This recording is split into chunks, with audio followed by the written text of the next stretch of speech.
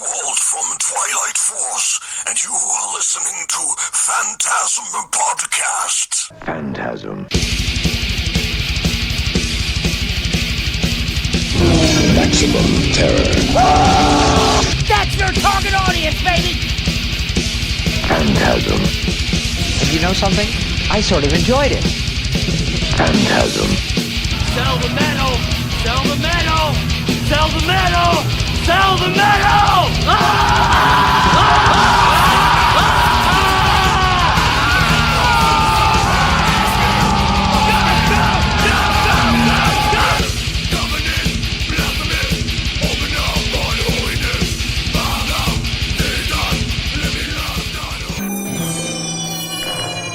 Phantasm. Hey, this is Dr. Vincent West, Medical Doctor. I've got a really exciting interview today. We've got Blackwald, the keyboard player for Twilight Force, and we're going to be talking about their new album on Nuclear Blast Records. It's At the Heart of Wintervale, and it comes out January 20th. And, sir, thank you for taking the time to do this today. Thank you, Vincent. I'm super excited to be here. Thanks for having me. Thank you. As I was telling you before, I'm kind of new to the band, but I really appreciate you taking the time to do this. I really dig what you guys do. I guess, first of all, just to kind of jump off for me and for our listeners when we put this up, can you tell us how you came to be involved with Twilight Force? How I came to be involved? Well, me and the guitarist, Lind, we started the band in 2007, I believe. Oh, so wow. Yeah, a long time ago. But so we started writing songs, and what we wanted to do at the time was we wanted to reignite the late 90s power metal, classic power metal sound with a lot of keyboards and fast uplifting melodies and stuff. So that was our main intention.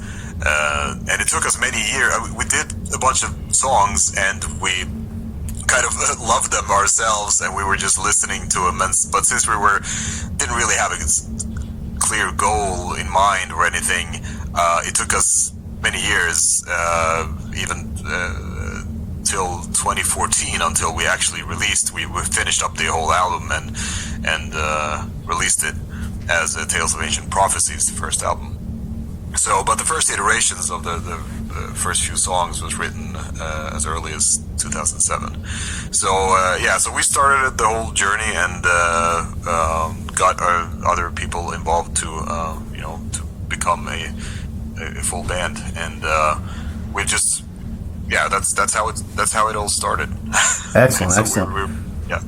And then as far as the writing process for At the Heart of Wintervale, when did that start? The writing process started basically at the time of the release of the previous album, The Dawn of the Dragon Star. Okay. So that was 2019. So we basically just segued into starting writing the next album.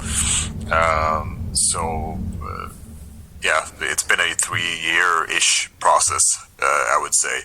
Obviously not full-time for 3 years, but we've had... the pandemic hit, and we had a bunch of also extra time on our hands. Sure. And, so I would say like the last year or so, we've been working pretty crunching pretty hard to get it done. So it's been a long journey, but finally. Excellent, excellent. And then as far as this album, let's jump right into it. What can you tell us about the first track, which is the name of your band? Oh yeah. What can I say? Well, the song Twilight Force by the band Twilight Force, we figured we need a title song. We haven't had that. This is our fourth album. Sure. Excellent opportunity to have, write a title track, so to speak. And we were a little right in the beginning, we didn't really know what type of song would that be. The first thought that would come to mind, considering the type of music that we play, is, well, how about we write? It should technically be a 15-minute long orchestral odyssey, journey of soundtrack-esque vibes.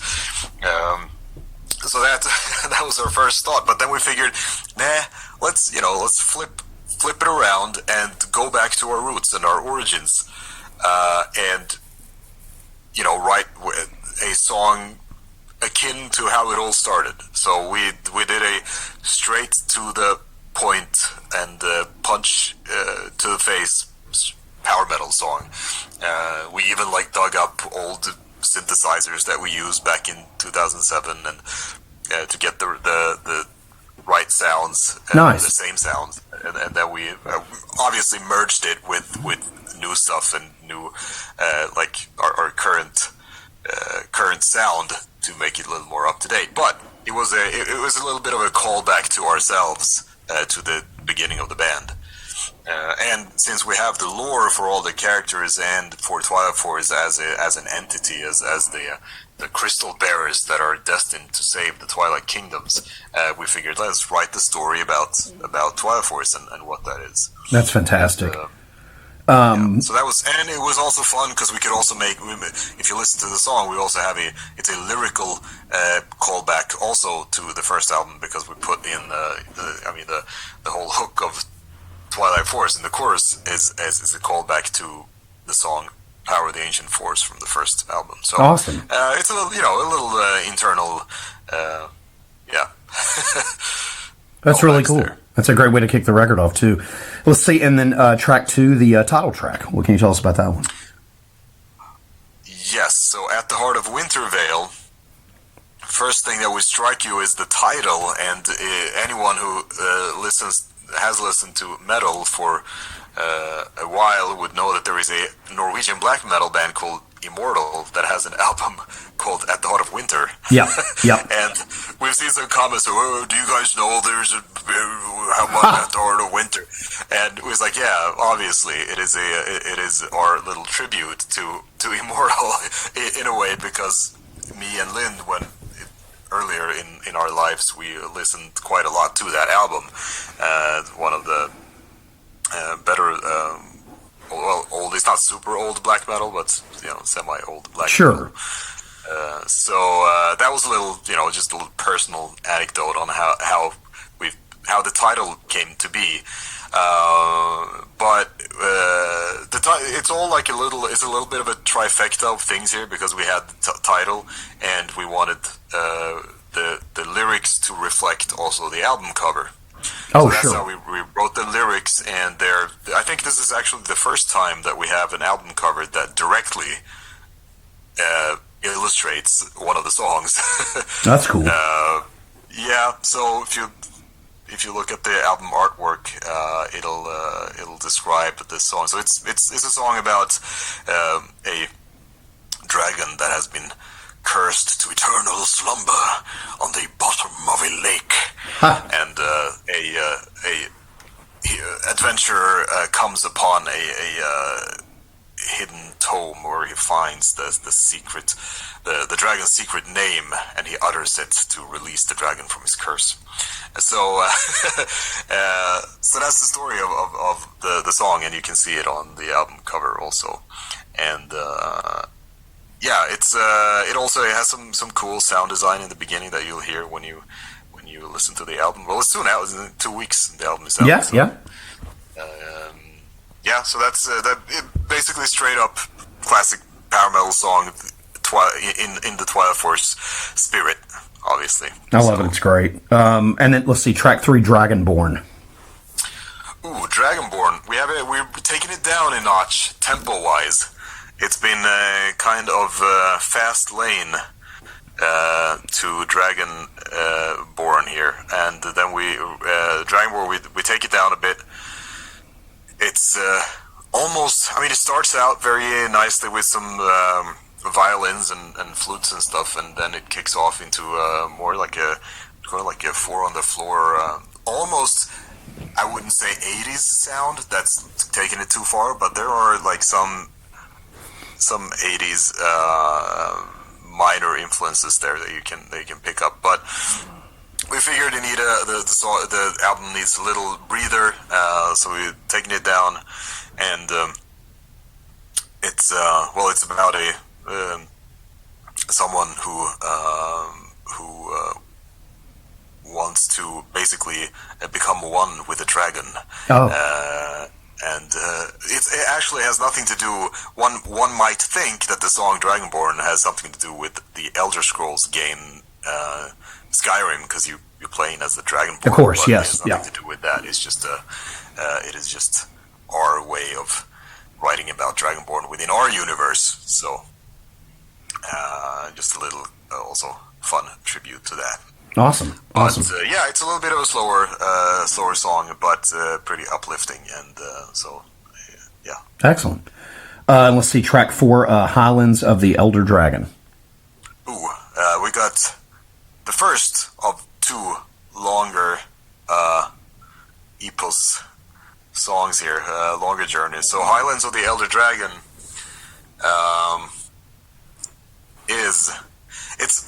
I don't know there's a lot to say.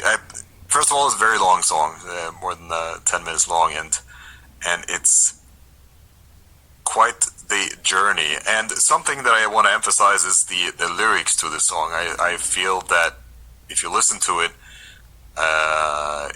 it will be even better if you read the lyrics also at the same time, because there is quite the clear story of someone who has heard of a legend that you can gain eternal life by finding this magic place, meeting the Highlands of the Elder Dragon. So he spends his whole life trying to find this magical, whatever place it is, where the Elder Dragons reside, and but he fails. So on his deathbed, realizes that dying was the way to reach the Highlands of the Elder Dragon. So you reach it. It's kind of when we wrote the lyrics, it was something that has never happened before. We almost was tearing up a little bit, because when we wrote it, it's just like, wow, this is actually sad. Right.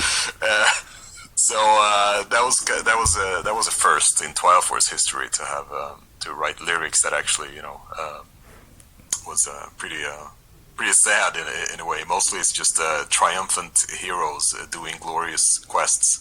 But yeah, so that's adds something more to the song actually, and it's quite the long journey of different the themes and soundscapes, and you'll hear a little bit of probably maybe a little Home Alone soundtrack-esque type maybe.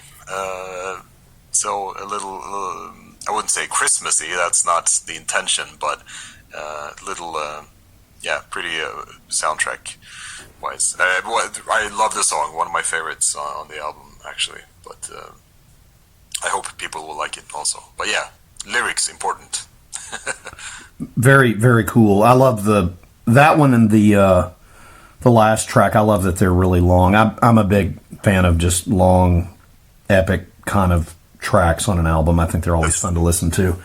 That's nice. Thanks. Yeah, of course.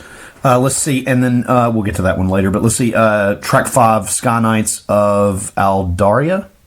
Yeah. Oh yeah. So, Sky Knights of Aldaria.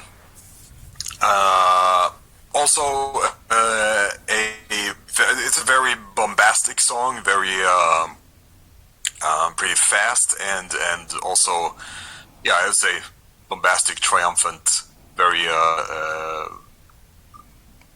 like adventurous, I would say. Mm-hmm. And what's funny and what sticks out a little bit about Sky Knights of Aldaria, also we did something we never really done before. We were working on we wrote the song and we had the orchestrations and everything laid out, and we tried to then, you try to make the arrangement come together, and we started adding drums, and the Ash was drumming, and we couldn't really figure out what would be the best type of drumming in the parts of the song, and then we just for fun we tried blast beats, because the Ash is an excellent blast beat drummer. Sure. Playing the grindcore and other genres also. Nice. So we put that down as more or less of a joke, but we realized this sounds freaking awesome. and there is no going back from this. Right. So that's what we ended up doing. So we put we just left the blast bits in there, which is very not what do you call it? Very uncommon for the genre for power metal. I know, for example, Dragon Force has little blast beats here and there, and we actually had some blast beats on our previous album also, but it was just a few bars. So now we just actually made it quite an imperative part of the song. So that was a lot of fun to have that come together, and that really brings out, I feel like, the sense in the song that we're trying to convey, that you're basically flying on the back of eagles, and you're like swooping down to clear to help out villagers in distress, sort of. Right. So a little bit of that Lord of the Rings, the eagles are coming. We even have that in the song. If you listen, there is a the eagles are coming tribute to Lord of the Rings there also. Oh, cool. Yeah. Very cool. Let's see. Track 6, Familiar Memory. Oh yeah. Yeah, that's a little bit of that's an acoustic song, actually, a little short interlude, I would say. So, and what's the reason we call it a familiar memory is because if you are familiar with our previous albums, you will recognize the theme of Flight of the Sapphire Dragon in that song. Okay. So it's actually the main theme from Flight of the Sapphire Dragon that we just made. We reworked it and into a little medieval type ballad interlude. So that worked really well. And then building on that, we have the bonus tracks that expands on this version. So we have this short version that fits on the album, and then you have a longer bonus version that expands on different song themes and also features Arendir, our second guitarist, on vocals. Oh, okay. Which is quite amazing, actually. So because he has a very pleasant voice that most people probably doesn't know about. So we figured we have to do something with this. So we made that version, and it sounds really cool. So. Yeah. Let's see. Track 7, Sunlight Night. Sunlight Night. Yes, we released that fairly recently. We released a pixel video for this song. So that was very exciting. That's also the first time we've done something like that. But since we're all in previous lives very avid gamers, that felt like a natural thing to do, to have one of our songs as a pixel video, and it worked super well also with the concept of the song. Also, Sunlight Night, pretty straightforward power metal song, but with quite a few twists and turns. So it's not just like your run of the mill. You have a couple of fun sections with where the hero in the song is leveling up to defeat the evil demon. Excuse me. I know it.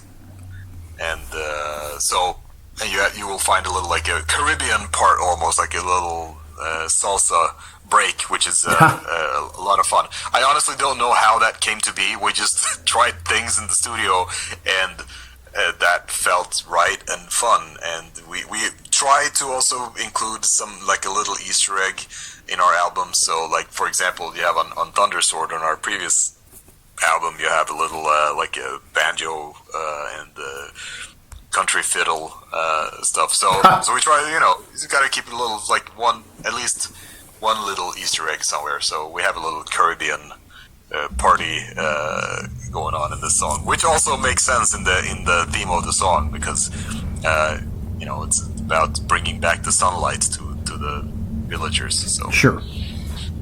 Yeah, so it's a straightforward, fun little quirky song. Gotta say, I love it. Excellent. And then the last track, The Last Crystal Bear. Ah, yes. The Last Crystal Bear, also second long track, 10 plus. This is my favorite song on your record, by the way. Oh, it is. All right, that's I'm glad to hear that. This one and the this one and the Highlands of the Elder Dragon. I like the long. Yeah. Rime of the Ancient Mariner, if you will. The Alexander the Great, if you will. Maidenish, long, epic tracks. It's really cool, man. Cool. Thank you. I mean, I like long tracks too. I mean, it gives you a little time to what do you say? Like, immerse yourself, I guess.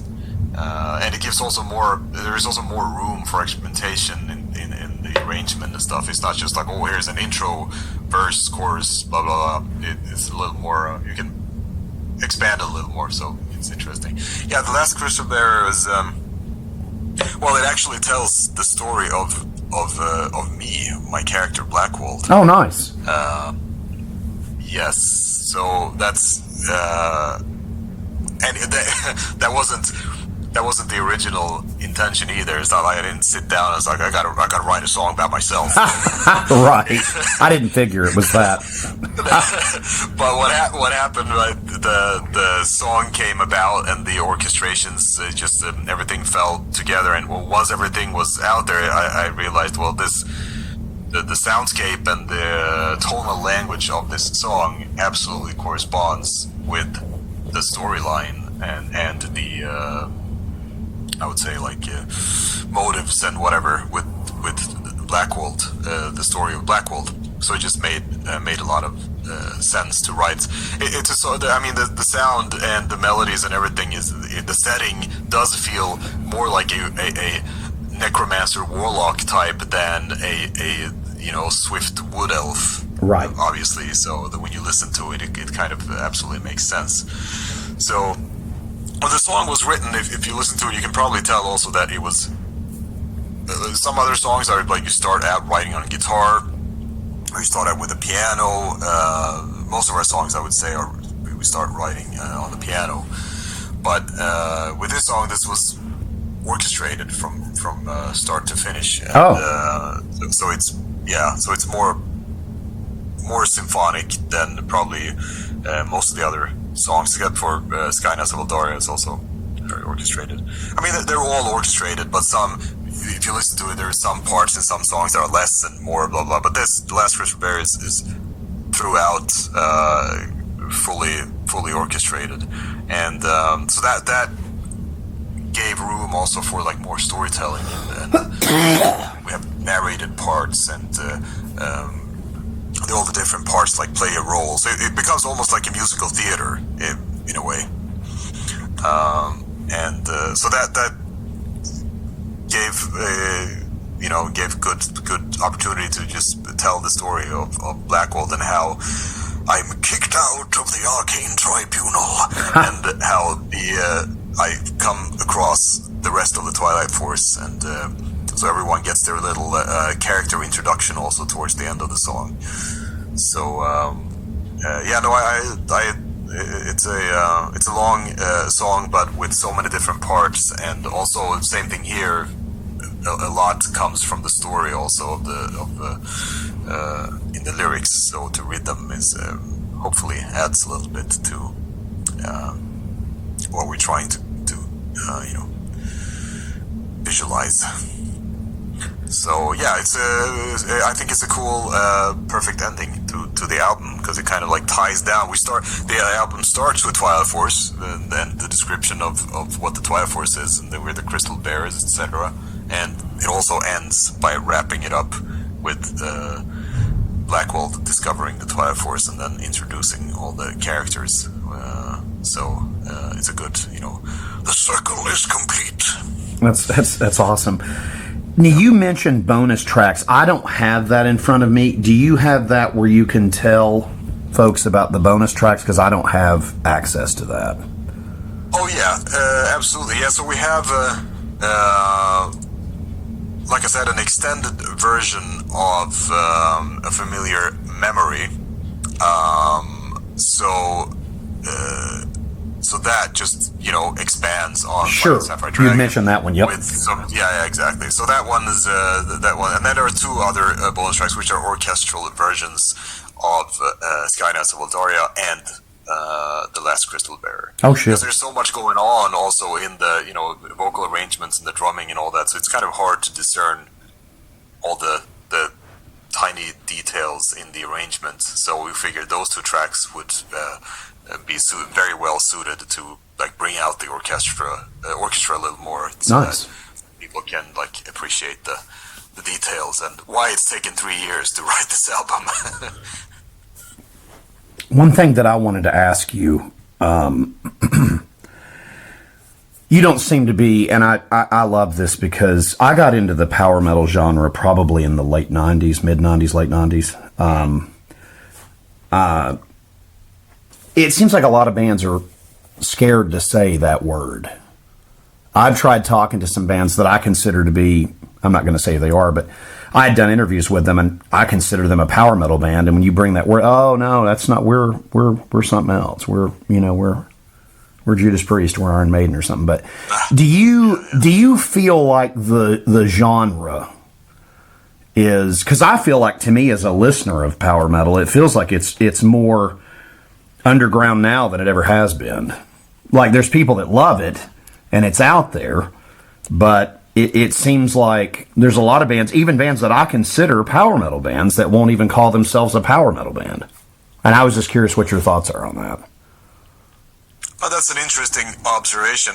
I think what we have done, I think we even took it a step further. We prefer to even call ourselves adventure metal. Oh, okay. I apologize on that. My apologies. No. I mean, it's all under the umbrella of power metal. Sure. Absolutely. So we're not. It's not a I don't want to misrepresent what you're doing. I'm not trying to do that. Absolutely not. We're still power metal. It's not misrepresented. I just feel like what we many years ago we just said that we are playing power metal, but with all the orchestrations and that extra little extra stuff that we put in and the type of music that we play and the world we're building and the lore and all that, we felt that you needed something even more descriptive than that. So that's why we just coined cool. Very cool adventure metal as our little, but that's officially it's still power metal, and I really don't. Genres is always you can have genre debates for ages, and I'm just blown away that some of the bands that I'm a huge fan of and that I've seen live, which is not easy here in the States to see power metal acts, don't consider themselves a power metal band. And I'm like, okay, well, what are you?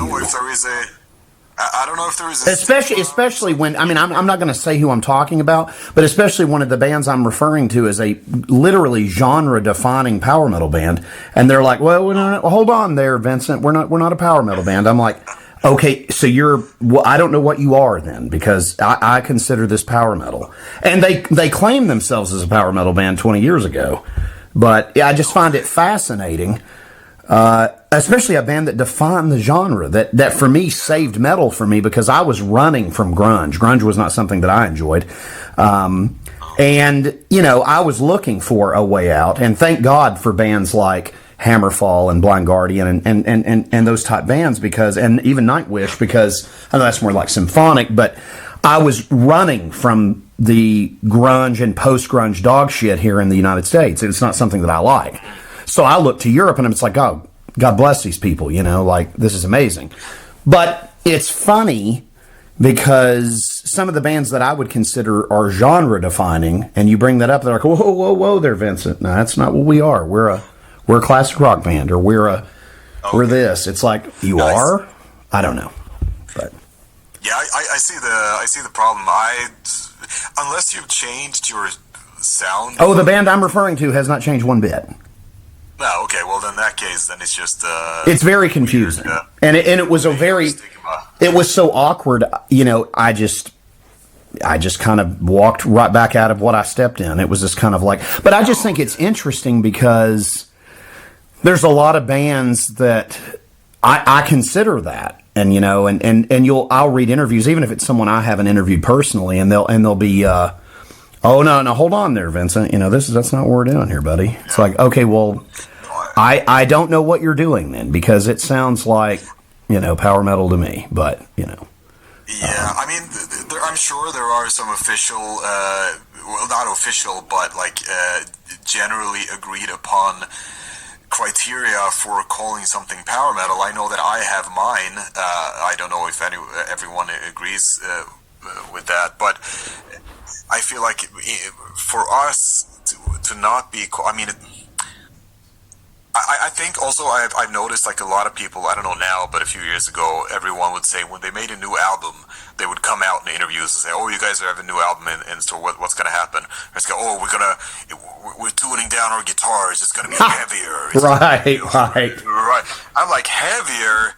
I don't want it to be the heaviest stuff is already made. The Rammstein, you can't make it heavier than right. How are you going to make or old Judas Priest or something? No, so we try to let's just tune up our guitars. Let's play faster, lighter, brighter, happier. Yeah, it's that's what we wanted to do. Well, and I'm not, and there's no need to be ashamed of that. It's just a completely different. Like I don't want to hear mid-tempo, tuned down riffs. I've heard that for 30 years, 40 years. It's done. I'm glad you guys exist, man. You're all a breath of fresh air. It's one of those things where it's like. I mean, it's weird. There's very few bands that I've got to interview where they wear it proudly. Like, I had Andy from Andy from Brainstorm on from Germany. I love that band, and he's happy to be called a power metal band. That's good. And I love that band. I think that band's great. I had the pleasure of getting to see him a couple times, but over here in the States years ago. But I don't understand it. It's really weird when you talk to someone and it's less, and it could be any type of genre, but I was just curious what your thoughts were on the whole power metal thing, because I just think it's like, if that's what you're doing, I mean, own it, man, run with it, I don't know. But. Absolutely, you should. Anyone should own it. I feel like if you're doing double kicks and fast double kick drumming, and you're doing fast palm mute riffing on your guitar, and you have generally like a little higher pitched vocals and whatever, then it's just power metal. There's no two ways about it. Fucking A. So I don't know if there is a stigma going around that people don't want to call themselves power metal. I really don't care. People have referred to us as Disney metal. I take that as a compliment, even though I wouldn't call it. I wouldn't call it that myself, because Disney is something like, I want Twilight Force to be like, what do you say, disassociated from the real world, so to speak. So fucking A. Disney is, so, but I absolutely understand the description, and I can totally get behind it, because it's happy, it's a lot of tinkle bells and just generally uplifting, so I don't, to me, I'm not bothered by it. So yeah, power metal, I don't know, more people should just be proud of what they are. Yeah, man. I mean, why not? Like, I think it's cool. But hey, man, thank you for taking the time to do this today. Kids pick up. My pleasure. Thank you. Thank you. Kids pick up At the Heart of Wintervale from Twilight Force. It comes out January 20th, and it's on Nuclear Blast. And sir, I can't thank you enough for taking the time to do this. I've had a lot of fun talking to you. Me too. Thank you so much. Appreciate it. Phantasm. And you know something? I sort of enjoyed it.